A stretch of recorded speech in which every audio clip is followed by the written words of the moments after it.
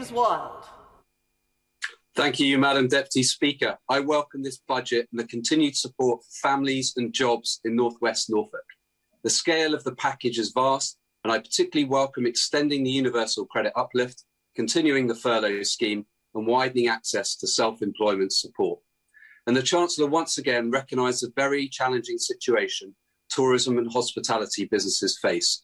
This is a vital part of West Norfolk's economy, worth around £500 million a year, making up 1 in every 5 jobs. So it's great news that the business rate holiday and the 5% VAT rate, which I campaigned for, have been extended.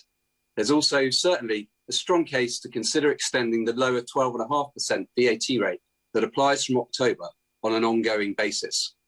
Longer term, we need further action to build a more resilient visitor economy. The 29 sector deal pledged to create 5 tourism zones to increase visitor numbers, extend the season and invest in skills.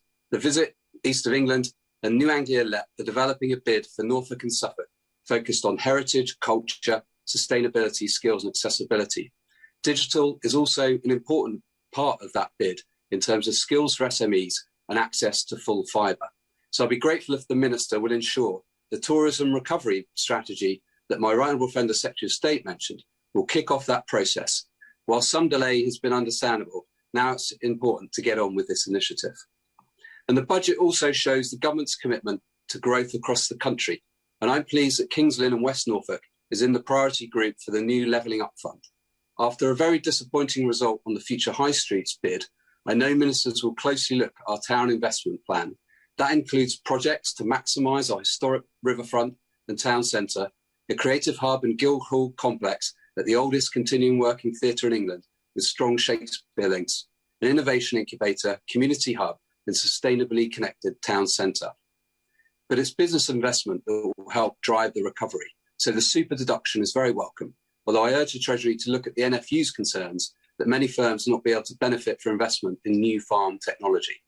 Measures to encourage apprentices and trainees are the right priorities. And like businesses, I look forward to the interim business rates review. It's important the timetable for creating a level playing field for our high street does not slip. In the face of unprecedented pandemic, unprecedented economic support has been provided. The budget was honest about the challenges, and it makes the right call to continue short-term support while setting out a path to fix the finances.